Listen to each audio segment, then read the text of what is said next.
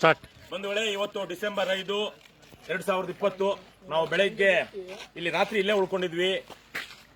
ವಿಶ್ವವಿಖ್ಯಾತ ಐತಿಹಾಸಿಕವಾದ ವಿರೂಪಾಕ್ಷ ದೇವಾಲಯದ ಪ್ರಾಂಗಣದಲ್ಲಿ ಬೆಳಗ್ಗೆ ನಾವು ಸ್ನಾನಕ್ಕೆ ಅಂತ ಬಂದಾಗ ಇಲ್ಲಿ ತುಂಗಭದ್ರಾ ನದಿ ಇದೆ. ಪಕ್ಕದಲ್ಲೇ ಇರುವಂತಹ ತುಂಗಭದ್ರಾ ನದಿ, ಅದರಲ್ಲಿ ಇದ್ದಂತಹ ಬಟ್ಟೆಗಳು, ಗಲೀಜು, ಕೊಳಕು ಇವೆಲ್ಲ ನೋಡಿ ನಮಗೆ ಆಘಾತವಾಯಿತು. ತದನಂತರ ನಾವು ಹೋಗಿ ಸ್ನಾನ ಮಾಡಿಕೊಂಡು ದೇವಸ್ಥಾನಕ್ಕೆ ಹೋಗಿ ದರ್ಶನ ಆದಮೇಲೆ ನಮ್ಮವರೆಲ್ಲ ಯೋಚನೆ ಮಾಡಿದ್ರು, ಇಷ್ಟೆಲ್ಲ ಗಲೀಜಿದೆ, ಸ್ವಚ್ಛ ಭಾರತ್ ಅಂತಾರೆ, ಇಷ್ಟೆಲ್ಲ ರೋಗ ರುಜಿನಗಳನ್ನು ಹರಡುವಂತಹ ಗಲೀಜಿದೆ ಅಂತ. ಹಾಗಾಗಿ ನಾವು ಆಮೇಲೆ ಹೋಗಿ ಒಂದಷ್ಟು ಪರಿಕರಗಳನ್ನ ತಗೊಂಡು ನಮ್ಮ ಇಡೀ ಕರ್ನಾಟಕ ರಾಷ್ಟ್ರ ಸಮಿತಿ ಪಕ್ಷದ ಎಲ್ಲ ಸದಸ್ಯರು, ಚಲಿಸು ಕರ್ನಾಟಕದಲ್ಲಿರುವಂತವ್ರು ಎಲ್ಲರೂ ಬಂದು ಬೆಳಗ್ಗೆ ಒಂದು 11 ಗಂಟೆಯಿಂದ ಅಥವಾ 11 ಆಗಿತ್ತಲ್ವಾ, 11 ಗಂಟೆಯಿಂದ ಸುಮಾರು 3 ಗಂಟೆಗಳ ಕಾಲ ಶ್ರಮದಾನ ಮಾಡಿದ್ವಿ. ಈಗ ತಾನೇ ಹಿರೇಮಠರು ಬಂದು ನಮ್ಮನ್ನ ಜಾಯ್ನ್ ಆಗಿದ್ದಾರೆ.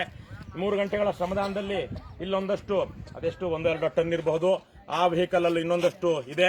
ಕೆಳಗಡೆ ಇದರ 4ರಷ್ಟು ಇನ್ನು ಮಣ್ಣಿನ ಪದರಗಳಲ್ಲಿ ಸಿಕ್ಕೊಂಡಿದೆ. ನಾವು ಅದನ್ನ ಕೀಳೋದಿಕ್ಕಾಗಲಿಲ್ಲ. ನಾನು ಕಂಡ ಹಾಗೆ ವೈಯಕ್ತಿಕವಾಗಿ ದೇಶದ ಯಾವುದೇ ಒಂದು ಪುಣ್ಯಕ್ಷೇತ್ರಗಳು ಹೋದ್ರೆ ಅಲ್ಲಿ ಪಕ್ಕದಲ್ಲಿ ನದಿ ಇದ್ರೆ ಜನ ಅಲ್ಲಿ ಹೋಗಿ ಸ್ನಾನ ಮಾಡಿ ತಾವು ಹಾಕೊಂಡಿದ್ದಂತ ಪ್ಯಾಂಟು, ಶರ್ಟು, ಸೀರೆ, ರವಿಕೆ, ಲಂಗ ಎಲ್ಲವನ್ನೂ ಅಲ್ಲೇ ನದಿಯಲ್ಲೇ ಬಿಟ್ಟು ಬರ್ತಾರೆ. ಅದು 2 ತರಕ್ಕಿರಬಹುದು. ಎಲ್ಲೋ ದೂರದಿಂದ ಬಂದಿರ್ತಾರೆ, ಆ ಬಟ್ಟೆನ ಒಣಗಿಸ್ಕೊಳ್ಳೋದಕ್ಕೆ ಆಗೋದಿಲ್ಲ. ಹಾಗಾಗಿ ದೇವ್ರ ದರ್ಶನಕ್ಕೆ ಹೋಗ್ಬೇಕು, ಅಲ್ಲೇನೆ ಬಿಟ್ಟು ಹೋಗ್ಬೇಡ ಅಂತ ಬಿಡಬಹುದು. ಅಥವಾ ಇನ್ಯಾರೋ ಪುಣ್ಯಾತ್ಮರು, ಅವಿವೇಕಿಗಳು, ಅನಾಗರಿಕರು, ಕೊಳಕರು ನದಿಯಲ್ಲಿ ನಾವು ದೇವಸ್ಥಾನಕ್ಕೆ ಹೋದಾಗ ನದಿಲಿ ಸ್ನಾನ ಮಾಡಿದ್ಮೇಲೆ ಅಲ್ಲೇ ಬಟ್ಟೆ ಬಿಟ್ರೆ ಪುಣ್ಯ ಬರುತ್ತೆ ಅಂತ ಏನಾದ್ರು ಹೇಳಿರೋದಿರಬಹುದು. ಇದೊಂದು ರೀತಿಯಲ್ಲಿ ಕಳೆದ 2-3 ದಶಕಗಳಲ್ಲಿ, ಒಂದು 10-20 ವರ್ಷಗಳಲ್ಲಿ ಆಗಿರುವಂತಹ ವಿದ್ಯಮಾನ. ನಾವೆಲ್ಲ ಚಿಕ್ಕವರಾಗಿದ್ದಾಗ ಈ ತರಕ್ಕೆ ಯಾರು ಮಾಡ್ತಾ ಇರಲಿಲ್ಲ. ಅಲ್ಲಿ ಒಣಗಿಸ್ಕೊಂಡು ಅಥವಾ ಏನೋ ಮಾಡ್ಕೊಂಡು ತಗೊಂಡು ಹೋಗ್ತಿದ್ರೆ ಹೊರತು ಮುಟ್ಟ ಬಟ್ಟೆಯನ್ನ ಬಿಟ್ಟು ಹೋಗುವಂತಹ ಪರಿಪಾಠ ಇರಲೇ ಇಲ್ಲ. ಇದೊಂದು ರೀತಿಯಲ್ಲಿ ಅನಾಗರಿಕವಾದ ಒಂದು ನಮ್ಮನ್ನ ಪೊರೆಯುವಂತಹ ಜೀವನದಿಗಳು ಇವು. ಆ ಜೀವನದಿಗಳ ಹತ್ರ ಬಂದಾಗ ನಾವು ಅದಕ್ಕೆ ಗೌರವ ಕೊಡಬೇಕು. ಅಲ್ಲಿಂದ ಏನ್ ಬೇಕೋ ನೀರು ತಗೋಬೇಕು, ಸ್ನಾನಕ್ಕೆ ಎಷ್ಟು ಬೇಕೋ ಅಷ್ಟು ಬಳಸಬೇಕು, ಕೆಮಿಕಲ್ಸ್ ಬಳಸದೆ ಆದಷ್ಟು ಸಿಂಪಲ್ ಆಗಿ ಸ್ನಾನ ಮಾಡಬೇಕು, ದೇವಸ್ಥಾನಕ್ಕೆ ಹೋಗಬೇಕು. ಅದು ಬಿಟ್ಟು ಈ ತರಕ್ಕೆ ಕೊಳಕು ಕೇವಲ ಇಷ್ಟಾಗ್ಲದ. ಆಮೇಲೆ ನಿಮ್ಗೆಲ್ಲ ಗೊತ್ತಿರೋ ಹಾಗೆ ವಿಶ್ವವಿಖ್ಯಾತವಾದ ಹಂಪಿಯನ್ನ ನೋಡೋದಕ್ಕೆ ಲಕ್ಷಾಂತರ ಜನ ಪ್ರವಾಸಿಗರು ವರ್ಷದ ಉದ್ದಕ್ಕೂ ಬರ್ತಾರೆ. ಆದ್ರೆ ದೇವಸ್ಥಾನಕ್ಕೆ ಬರುವಂತವರು ಬಹುದು ಅದ್ರಲ್ಲಿ ಒಂದು ಅರ್ಧಕ್ಕಿಂತ ಕಡಿಮೆನೆ ಅಂತ ಹೇಳ್ಬೇಕು. ಯಾಕಂದ್ರೆ ಅವರು ಸ್ಮಾರಕಗಳು ಬೇರೆ ಕಡೆ ಇದೆ, ಇಲ್ಲಿ ಬರೋದಕ್ಕೆ ಸಮಯ ಆಗದೆ ಹೋಗ್ಬೋದು. ಅದರಲ್ಲಿ ಬಂದಂತವ್ರು ಸ್ನಾನ ಮಾಡೋದಂತೂ ಇನ್ನೂ ಕಡಿಮೆ. ಇಷ್ಟು ಜನಕ್ಕೇನೆ ಇಷ್ಟು ನಾವು ತಂದು ಹಾಕಿರೋದು 3 ಗಂಟೆಗಳ ಶ್ರಮದಾನದಲ್ಲಿ. ಇನ್ನೂ ಇದರ ಹಲವು ಪಟ್ಟಿದೆ. ಹಾಗಾಗಿ ನಾನು ಅಂತಿಮವಾಗಿ ಈ ಎಲ್ಲ ನಮ್ಮ ಸಂಗಾತಿಗಳಿಗೆ, ಬೆಳಗ್ಗೆಯಿಂದ ಕೆಲಸ ಮಾಡಿದಂತ ಎಲ್ರಿಗೂ ನಾನು ಧನ್ಯವಾದಗಳನ್ನ ಮತ್ತು ಕೃತಜ್ಞತೆಗಳನ್ನ ಹೇಳಿಸ್ತೀನಿ. ಸ್ವಚ್ಛ ಭಾರತ್ ಅಂತ ಏನು ಹೇಳ್ಕೊಂಡು ಬರ್ತಾ ಇದ್ದಾರೆ, ಇದೆಲ್ಲ ಡೋಂಗಿತನ, ಬರೀ ಘೋಷಣೆ, ಬೊಗಳೆ, ಭಾಷಣ.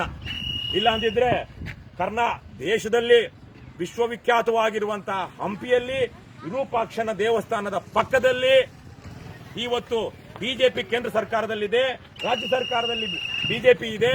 ಇಷ್ಟೆಲ್ಲ ಇದ್ರೂ ಇನ್ಯಾವ ಸ್ವಚ್ಛ ಭಾರತ? ಈ ರಾಜ್ಯದ, ಈ ಕ್ಷೇತ್ರದ ಶಾಸಕರು ಸಹ ಸಚಿವರು ಆಗಿದ್ದಾರೆ.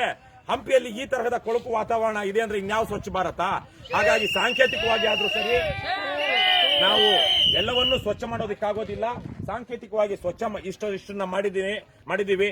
ನಾನು ಅಂತಿಮವಾಗಿ ಪುಣ್ಯಕ್ಷೇತ್ರಗಳಿಗೆ, ದೇವಸ್ಥಾನಗಳಿಗೆ ಹೋಗುವಂತ ಜನರಲ್ಲಿ ಮನವಿ ಮಾಡ್ಕೊಳ್ಳೋದೇನು ಅಂದ್ರೆ, ಯಾವುದ್ಯಾವುದೋ ಸಂಕಷ್ಟದ ನಿವಾರಣೆಗೆ, ಮಾನಸಿಕ ನೆಮ್ಮದಿಗೆ, ಇನ್ಯಾವುದೋ ಒಂದು ಕೋರಿಕೆ ಈಡೇರಿಸಿಕೊಳ್ಳೋದಿಕ್ಕೆ ಅಥವಾ ಭಕ್ತಿಯಿಂದ ನೀವು ಹೋಗ್ತೀರಾ ದೇವಸ್ಥಾನಗಳಿಗೆ, ನದಿಗಳ ಹತ್ರ ಹೋಗ್ತೀರಾ, ಪುಣ್ಯ ನದಿಗಳ ಹತ್ರ ಹೋಗ್ತೀರಾ, ಸ್ನಾನ ಮಾಡ್ತೀರಾ, ದಯವಿಟ್ಟು ನೀವು ಉಟ್ಟ ಬಟ್ಟೆಯನ್ನ ಅಲ್ಲಿ ಸಾಧ್ಯ ಆದ್ರೆ ತೊಳೆದುಕೊಂಡು ಅಲ್ಲೇ ಒಣಗಾಕೊಂಡು ಮನೆಗೆ ತಗೊಂಡು ಹೋಗಿ. ಅಥವಾ ಯಾವುದೋ ಕಾರಣಕ್ಕಾಗಿ ನನಗೆ ತಗೊಂಡು ಹೋಗೋದಿಕ್ಕಾಗೋದಿಲ್ಲ, ವಾಸನೆ ಬರುತ್ತೆ, ಗಾಡಿಲಿ ಇಟ್ಕೊಳಕ್ ಆಗೋದಿಲ್ಲ ಅಂದ್ರೆ ತಂದು ಇಲ್ಲೆಲ್ಲಾದ್ರೂ ಡಸ್ಟ್ಬಿನ್ ಇರುತ್ತೆ, ಡಸ್ಟ್ಬಿನ್ ಅಲ್ಲಿ ಹಾಕಿ. ಅಲ್ಲಿ ಹಾಗೇನೆ ಆ ಕೆರೆಗಳಲ್ಲಿ, ಆ ನದಿಗಳಲ್ಲಿ ಬಿಟ್ರೆ ಅಲ್ಲಿ ಯಾವುದೋ ಒಂದು ಗಿಡಕ್ಕೆ ತಗೊಳ್ಕೊಳ್ಳುತ್ತೆ, ಅಲ್ಲಿ ಕೊಳಚೆ ನೀರು ಅದು ಕೊಳಿತಾ ಹೋಗುತ್ತೆ. ಹಾಗೇನೆ ಮನುಷ್ಯರು ಹಾಕೊಂಡಿರುವಂತಹ ಬೆವರು, ಬೇರೆ ಬೇರೆ ಕಾರಣಗಳಿಗಾಗಿರುವಂತಹ ಕ್ರಿಮಿಗಳು, ಇವೆಲ್ಲ ಬಟ್ಟೆಗಳಲ್ಲಿರುವಂತಹ ಜರ್ಮ್ಸ್, ವೈರಸ್ ಇವೆಲ್ಲನೂ ನೀರಿನಲ್ಲಿ ತೇವಾಂಶ ಇರೋ ಕಾರಣಕ್ಕಾಗಿ ಜೀವಂತವಾಗಿರುತ್ತವೆ. ಇದರಿಂದ ನಿಮಗಿರುವಂತಹ ರೋಗ ಬೇರೆಯವ್ರಿಗೂ ಹರಡುತ್ತೆ. ಹಾಗಾಗಿ ಅನಾಗರಿಕರ ತರಕ್ಕೆ, ಕೊಳಕರ ತರಕ್ಕೆ ನಾವು ಮಾಡೋದು ಬೇಡ.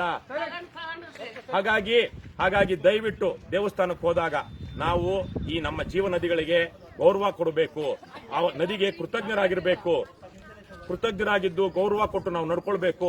ಆ ಹಿನ್ನೆಲೆಯಲ್ಲಿ ನಾನು ಮತ್ತೊಮ್ಮೆ ಕಳಕಳಿಯಿಂದ ಕೇಳ್ಕೊಳ್ತೀನಿ, ದಯವಿಟ್ಟು ಈ ತರಕ್ಕೆ ನದಿಗಳಿಗೆ ಹೋದಾಗ ಈ ತರ ಕೊಳಕು ಮಾಡಬೇಡಿ, ಜವಾಬ್ದಾರಿಯಿಂದ ವರ್ತಿಸಿ. ಹಂಪಿಯ ವಿರೂಪಾಕ್ಷ, ಹಾಗೇನೆ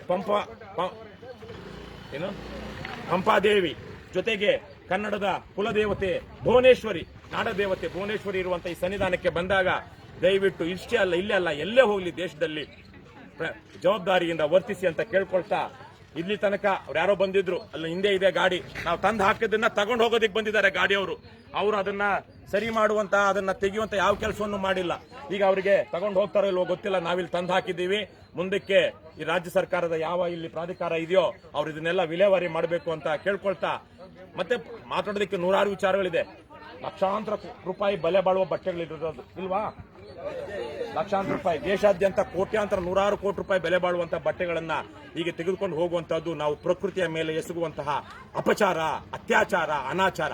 ದಯವಿಟ್ಟು ನಾವೆಲ್ಲ ಜವಾಬ್ದಾರಿಯುತವಾಗಿ ಈ ಸಂದರ್ಭದಲ್ಲಿ ನಡ್ಕೊಳ್ಳೋಣ, ಪರಿಸರವನ್ನ ಗೌರವಿಸೋಣ, ನದಿಗಳನ್ನ ಗೌರವಿಸೋಣ ಅಂತ ನಾನು ನಿಮ್ಮೆಲ್ಲರಲ್ಲೂ ಕೇಳ್ಕೊಳ್ತೀನಿ. ನಮಸ್ಕಾರ. ಹಿರೇಮಠದೊಂದು ಎರಡು ಮಾತಾಡಿ, ಹಿರೇಮಠದೊಂದು ಎರಡು ಮಾತಾಡಿ.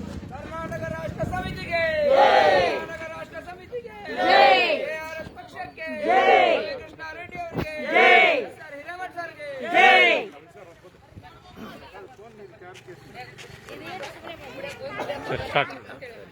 ಸೊ ಇಂದಿನ ದಿವಸ ತಮ್ಮೆಲ್ಲರ ಜೊತೆಗೆ ಇರಲಿಕ್ಕೆ ಮುಂದೆ ಯಾರಾದ್ರೂ ತಮ್ಮ ಏನು